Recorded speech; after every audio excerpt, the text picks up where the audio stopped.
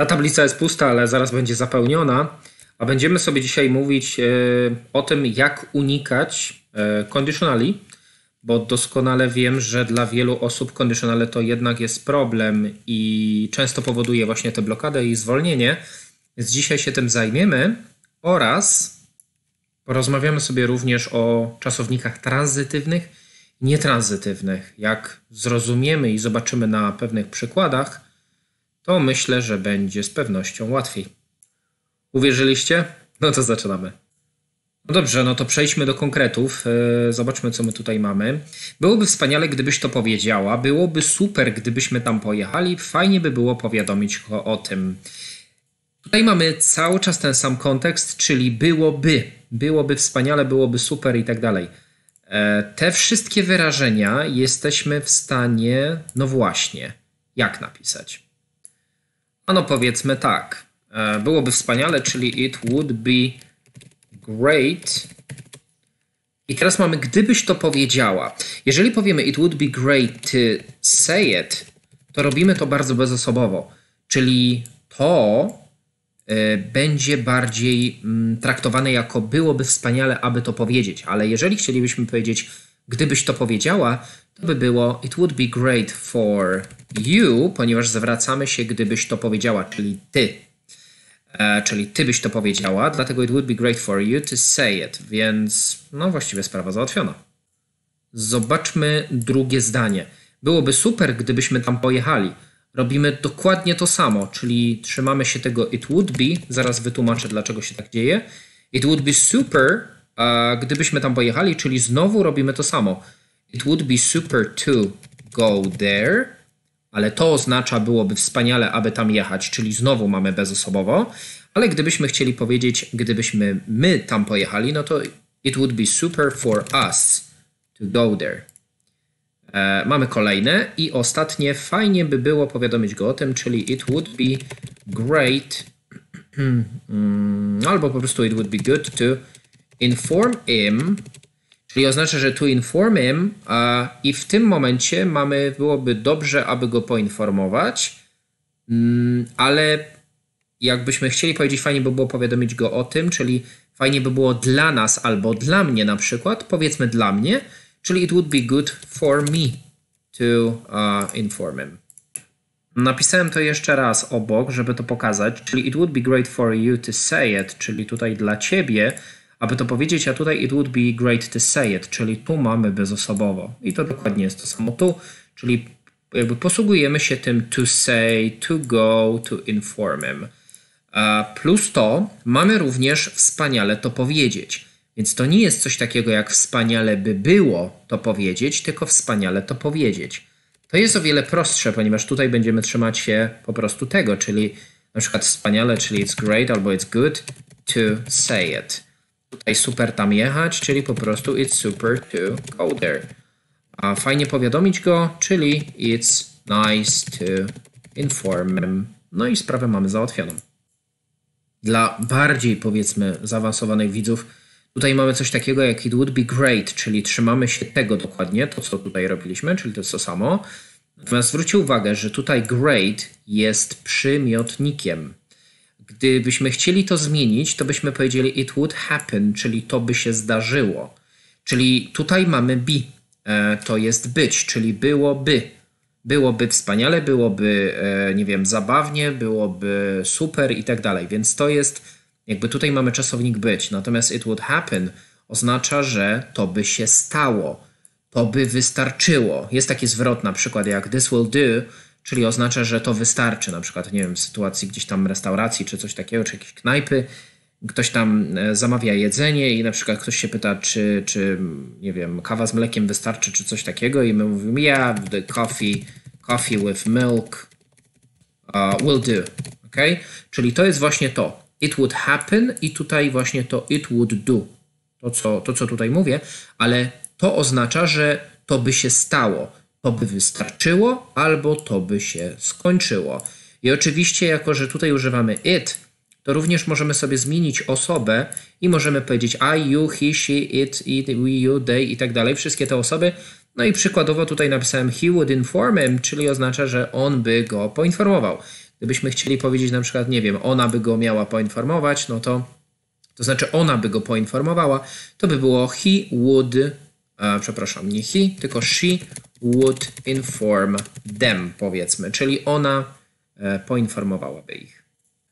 Czyli tak zwana latte.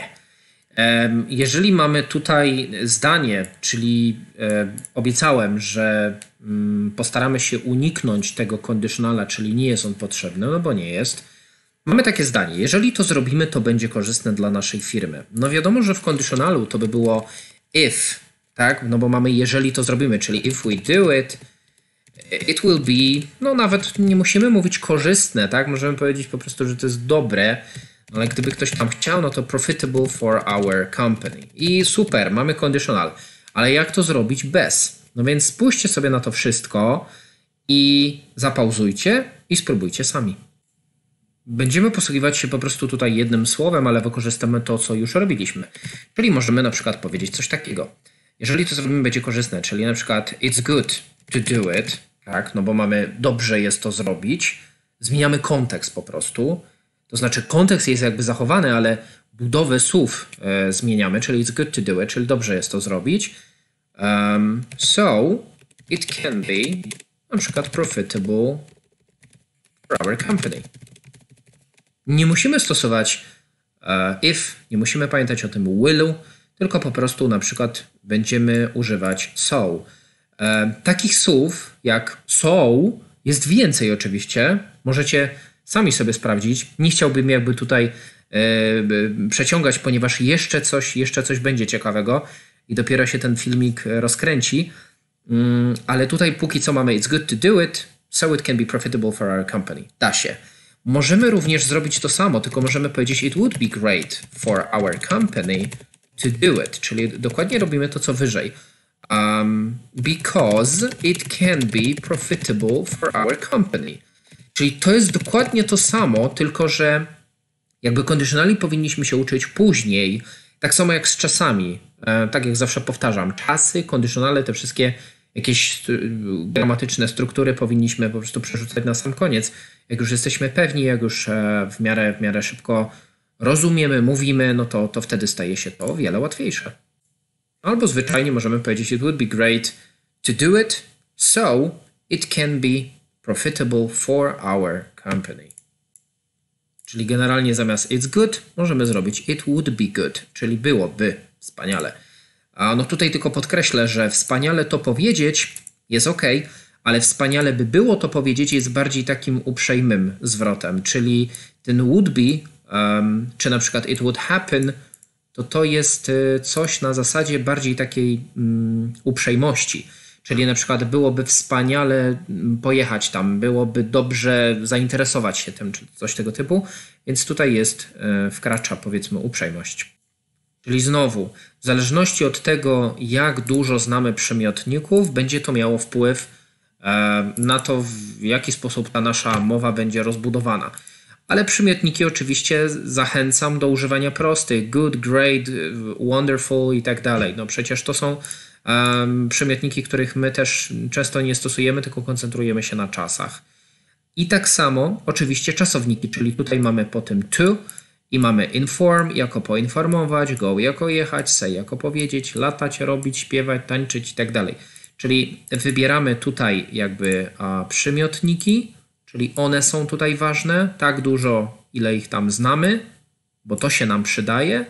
I tak samo, czyli jak się uczyliśmy tam z Duolingo, czy z jakichkolwiek aplikacji, to te przymiotniki właśnie tutaj powinniśmy je upakować. A say to jest czasownik, czyli tutaj po prostu wrzucamy czasownik. Jak widzicie, to wszędzie się tutaj pojawia.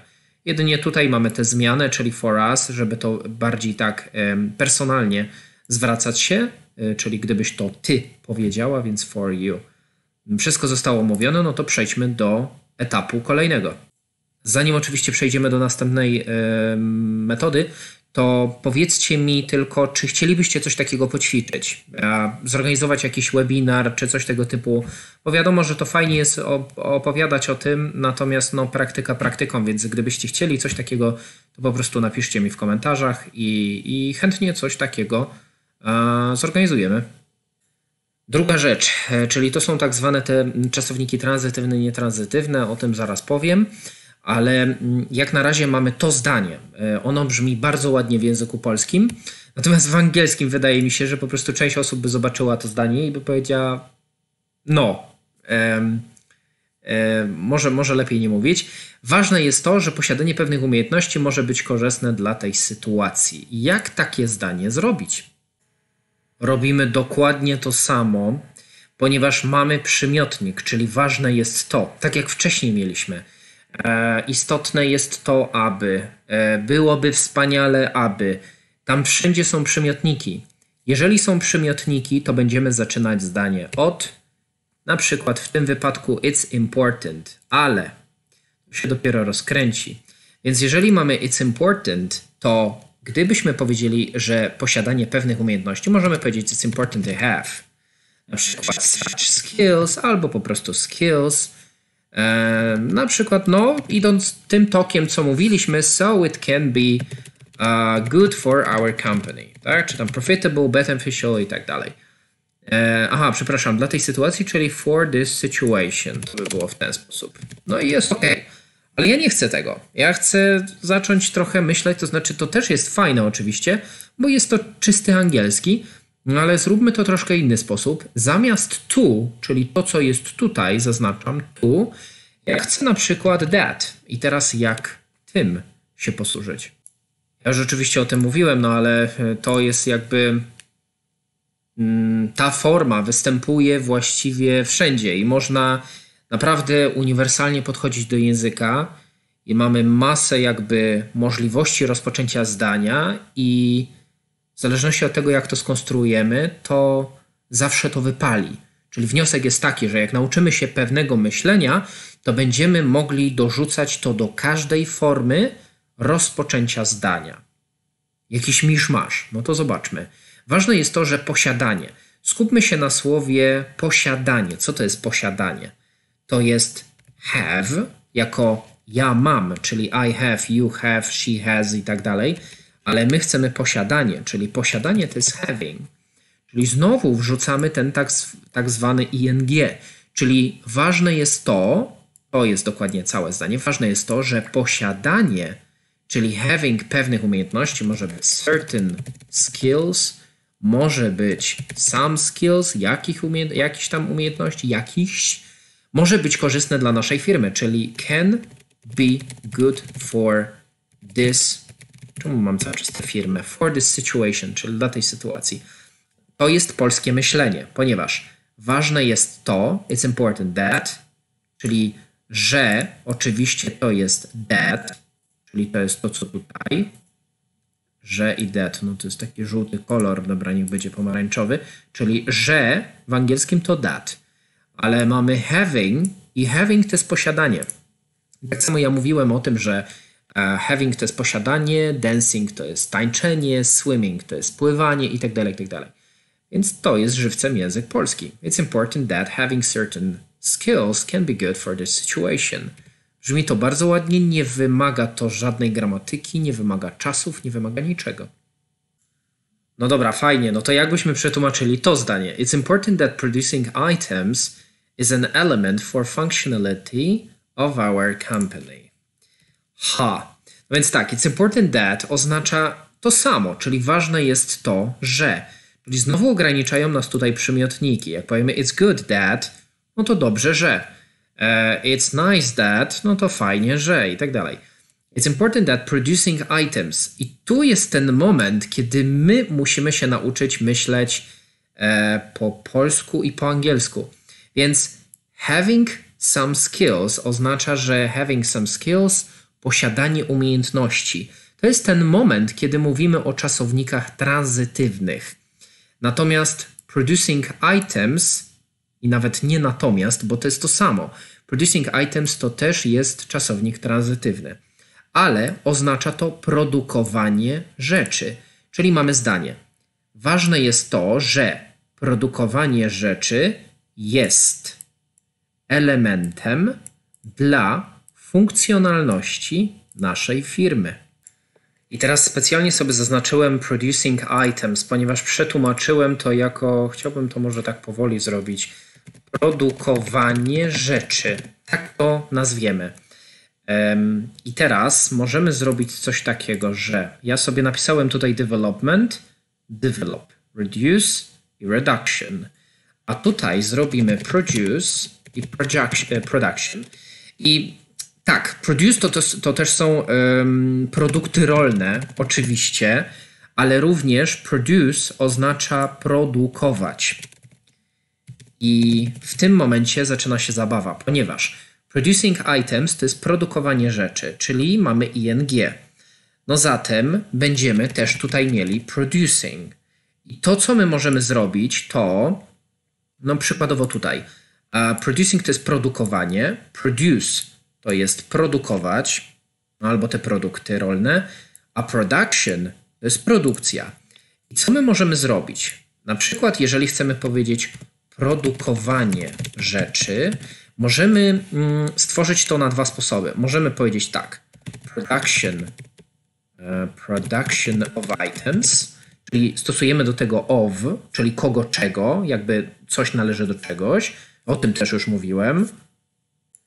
A dokładnie w 27 odcinku, więc jak ktoś by chciał sobie uzupełnić, to serdecznie zapraszam. 27 odcinek.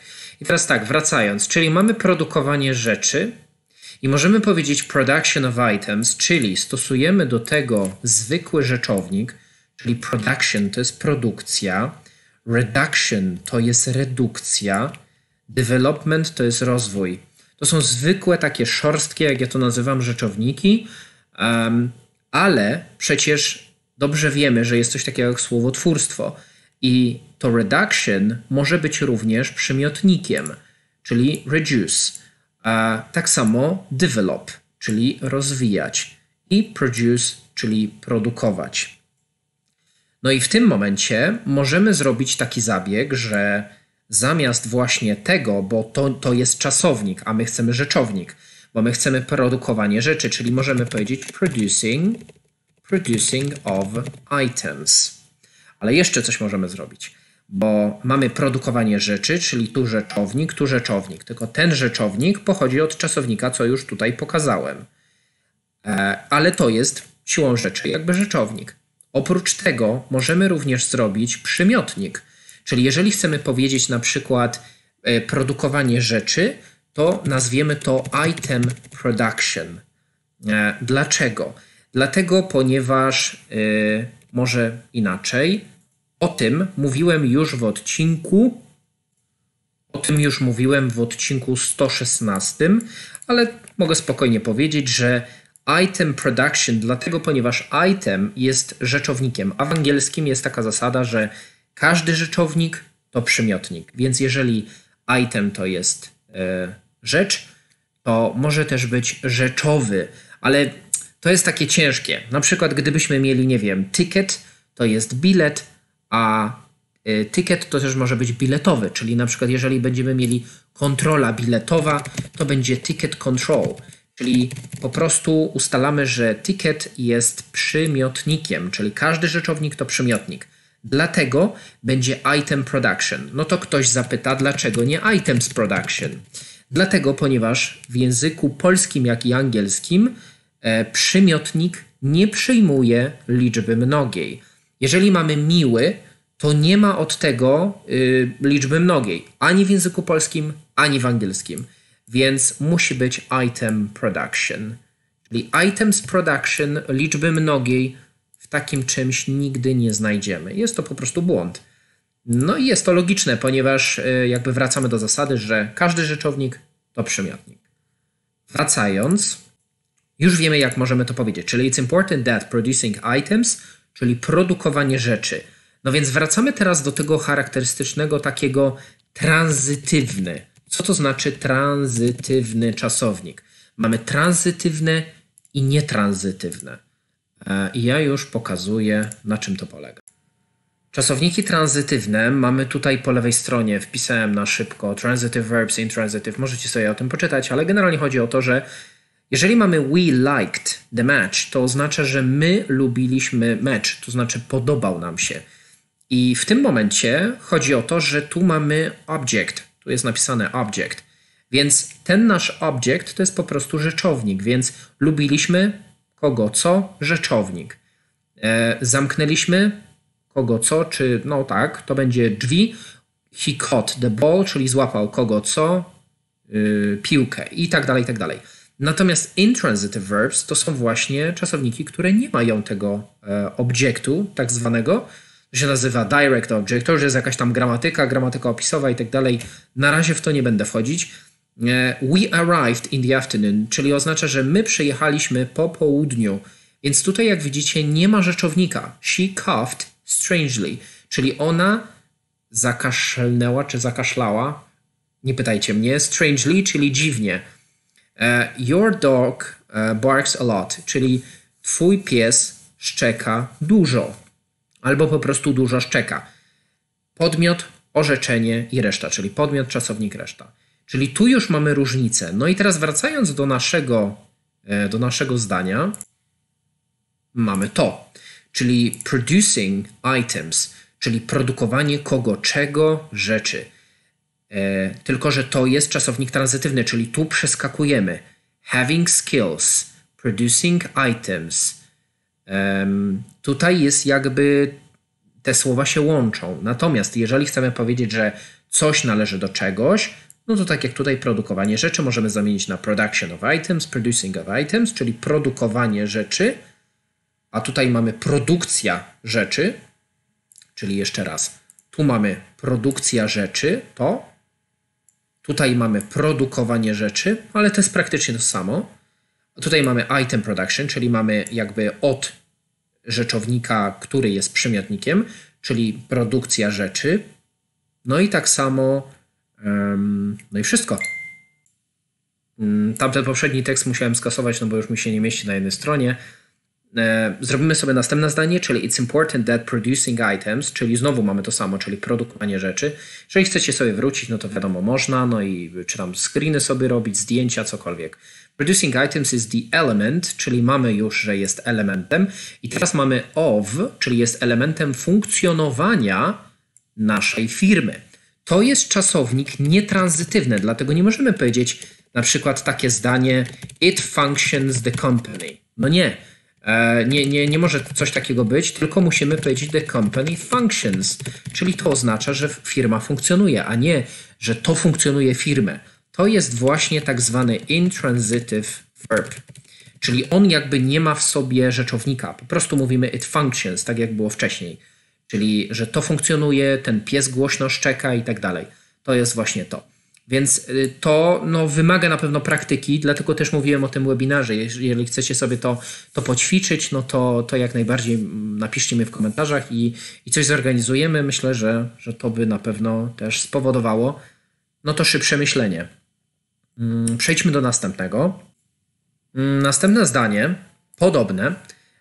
It's important that, czyli znowu ważne jest to, że i teraz tu mamy production items. Czy możemy takie coś zrobić? No nie bardzo, bo production items to jest tak, produkcja rzeczy, a my chcemy powiedzieć produkcja danych rzeczy, no więc chcemy powiedzieć production of items. Nie da się zrobić production items, nie ma czegoś takiego. Ewentualnie możemy po prostu powiedzieć item production, czyli to, co wcześniej mówiłem, czyli po prostu item to jest przymiotnik. No ale chwileczkę, przecież ja przed chwilą powiedziałem, że każdy rzeczownik w angielskim to przymiotnik, czyli item production będzie oznaczało, że to jest produkcja rzeczy, no ale co by było, gdybyśmy na przykład zaznaczyli production jako pierwsze, czyli jako przymiotnik, a później byśmy powiedzieli item. Może być production item, to będzie produkcyjna rzecz, czyli rzecz, która jest odpowiedzialna za jakąś produkcję, albo dzięki niej jesteśmy w stanie coś produkować. Czy to by miało sens? Naprawdę wątpiliście. Mamy coś takiego jak production company. No więc to już jest chyba na tyle potwierdzenie, że production będzie przymiotnikiem, czyli jest rzeczownikiem, ale również przymiotnikiem, czyli każdy rzeczownik to przymiotnik, kropka. Czyli mamy production company. No oczywiście tak, oprócz tego ktoś by mógł powiedzieć Maciek, ale przecież jest mnóstwo przymiotników, na przykład jak electric, electrical, tym się jeszcze zajmiemy, bo tam też się czają zasady. Natomiast ta zasada jest bardzo ogólna i ona jest prosta, ponieważ każdy rzeczownik to przymiotnik. 2 kropki. A raczej druga kropka, ponieważ to będzie koniec, ale chciałbym również was troszkę zmobilizować do tego, żebyście sami spróbowali wykonać takie zdania, czyli na przykład niepotrzebnym jest, czyli rozpoczęcie od przymiotnika. Niepotrzebnym jest, aby to wykonać, iż nie wpłynie to na koszty utrzymania. No więc koszty utrzymania znowu jest tu rzeczownik, przymiotnik, trzeba sobie to połączyć. Ważne jest to, że nauczenie się tego pomoże Ci w wykorzystywaniu tego w pracy, bazując na redukcji reklamacji. To jest akurat przykład, który gdzieś tam miałem z jedną panią. Myślę, że by była bardzo wściekła, gdybym powiedział panią, dlatego powiem Żanetą. Pozdrawiam Cię oczywiście, ponieważ dzięki temu kolejny filmik powstał. Wszystko na dziś. Bardzo dziękuję. Jeżeli macie oczywiście jakieś pytania, chcecie ten webinar, to mówcie. Jesteśmy w stanie coś takiego zorganizować i chętnie z Wami to poćwiczę. A tymczasem bardzo dziękuję. No i szybkiej mowy. Trzymajcie się. Hej!